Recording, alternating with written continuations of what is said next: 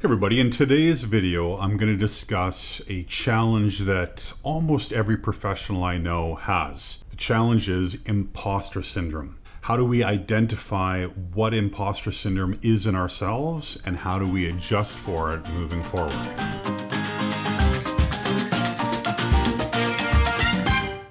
Hey everybody, welcome back to the channel. At the end of last year, I asked people what subjects that they wanted covered, and I would say imposter syndrome came up more than basically any other topic. What was interesting is I got it from a lot of female viewers, but almost an equal amount of male viewers. I think that when we think of imposter syndrome, women tend to speak about it a little bit more, but in my experience, both personally and working with clients, men struggle with it as much as women do. They're just less likely to talk about it publicly. Speaking for myself, I would say that imposter syndrome came up on a daily basis for me probably the first maybe 10 to 15 years of being in business. I regularly thought that I wasn't up to the level that people were bringing me in for. Even when I wrote the first book and started to get some success, I felt, I hope people don't figure out that I'm really not that good of a writer. My topic isn't that great. I'm not that great of a speaker. I'm not really the person to carry this flag. And over time, as I've taken on new parts of my career, I find that it continues to creep in with me where, I'll just get going and then a bit of that angst will show up, thinking to myself, this seems like a bigger game than I'm prepared for. I think if you're doing anything big and stretching yourself, this is going to be a common feeling that you have. And in my experience, the people that don't suffer from imposter syndrome either aren't doing big enough things or they're probably lying about it. So I would love to tell you that there is a way to get over it, but I haven't found it. Instead, what I've done is found steps that I go through mentally when I see it rearing its ugly head.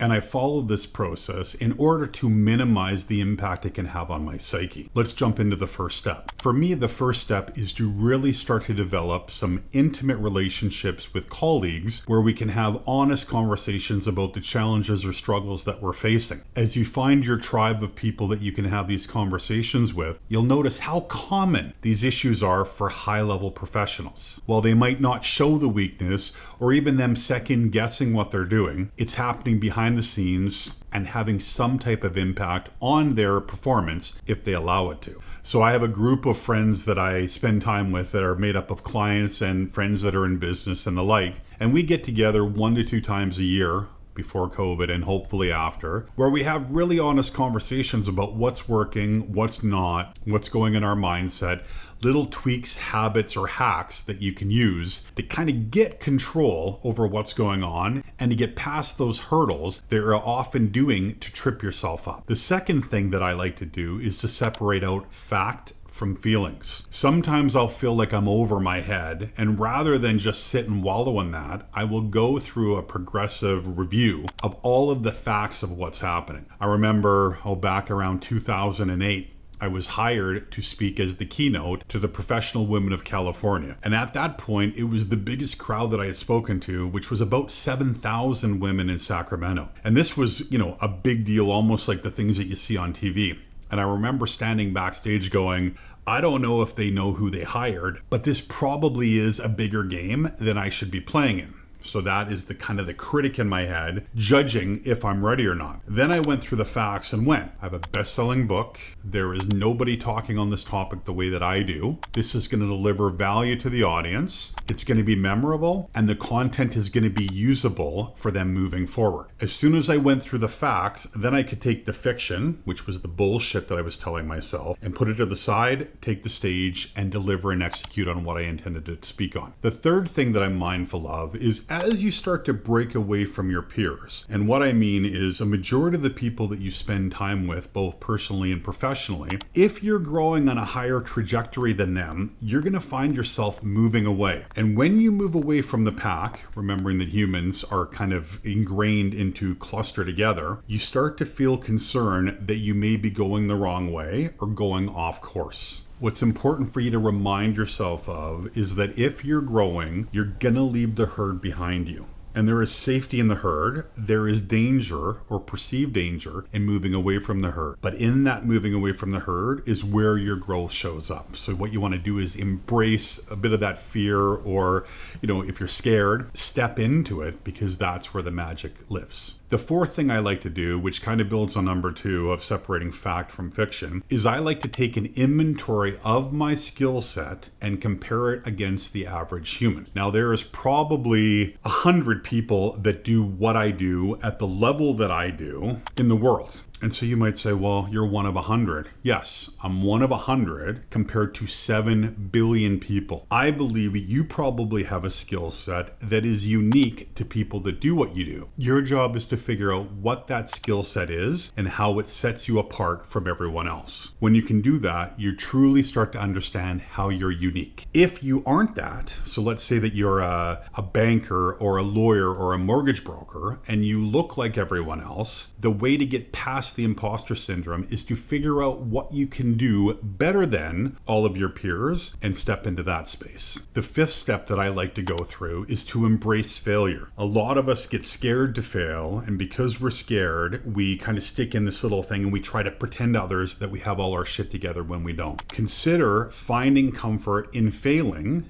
but taking responsibility for solving the problem of that failure. I'll put a link above to the video that I did about failing fast and failing forward. For me, once I started to embrace failure and tell others about my failure, which was very difficult for me to do in the beginning, I found that it liberated me from hiding the mistakes from others and actually using it as a way to grow and to share best practices with others, which I think has an enormous amount of value. The sixth thing that I go through is appreciating that I need help from other people that know how to do what I don't know how to do, know how to do what I need to do faster, and that can put a sharp edge on the spear that I'm using in business. When I was trying to figure out everything on my own, it took forever. I had a ton of failures. I would get demoralized and I would feel bad. Once I understood that there are solutions out there, now more than ever, I was able to access the best people doing the best things and learn from them quickly and ensure that any mistakes that I did make, I could quickly recover from and move forward. So tapping into the expertise of others who know how to do what you want to do or what you're doing, but to do it better, is a key part to quashing that imposter mindset that you may have for yourself. The seventh thing that I like to do is to flip the script. I like to embrace swimming in the deep end. I used to be really nervous to get what we say over my skis, but I used to be really nervous in stretching outside of the lane, right, where I felt safe. I changed the way I thought about that and started to get myself in the mindset of being excited about it, right? Jump in the deep end. There's a great old saying, which is jump and the net appears. There's a bit of excitement in business, or actually a lot of excitement, when you jump out knowing that you may not know how it's going to go, but you're smart enough to figure it out. And I've learned to embrace that in a lot of different ways in my business and personal life, which has really led to a lot of growth and a lot of ways of thinking about things differently, which benefits me both personally and professionally. And the last step is to embrace the saying, fake it till you make it, right? Most of us in business have heard that term, but I remember even early on days when I was building think tank communications back in about 1999, I remember going on meetings and prospective clients saying, after you do this step and that step, will you do a gap analysis? And I would say, absolutely. We always put a gap analysis in between those steps. Then I would go home and I would search up what a gap analysis was and how to do it. My mentor, f&ck, who played a really important role in my life for many years, shared with me 2 things that every business owner and business professional needs to know.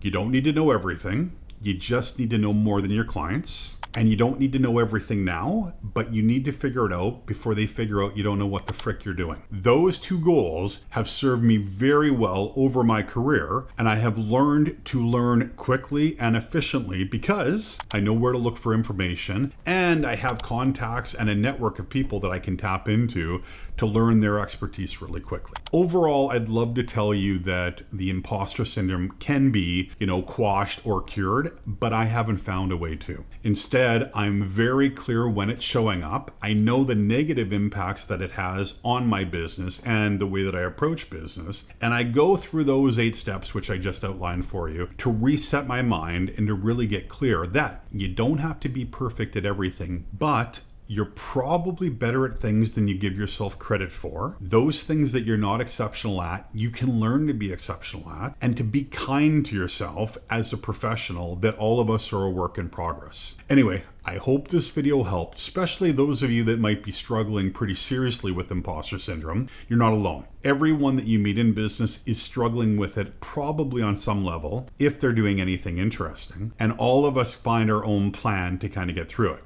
I hope my steps might help you in yours. As always, thanks for watching. If you enjoyed the video, consider giving it a thumbs up, subscribe, and add a comment or a question if you have one. And remember, gladiators eat first, and they embrace imposter syndrome, and they work through it, because if not, they know that it'll stall them. See you in the next video.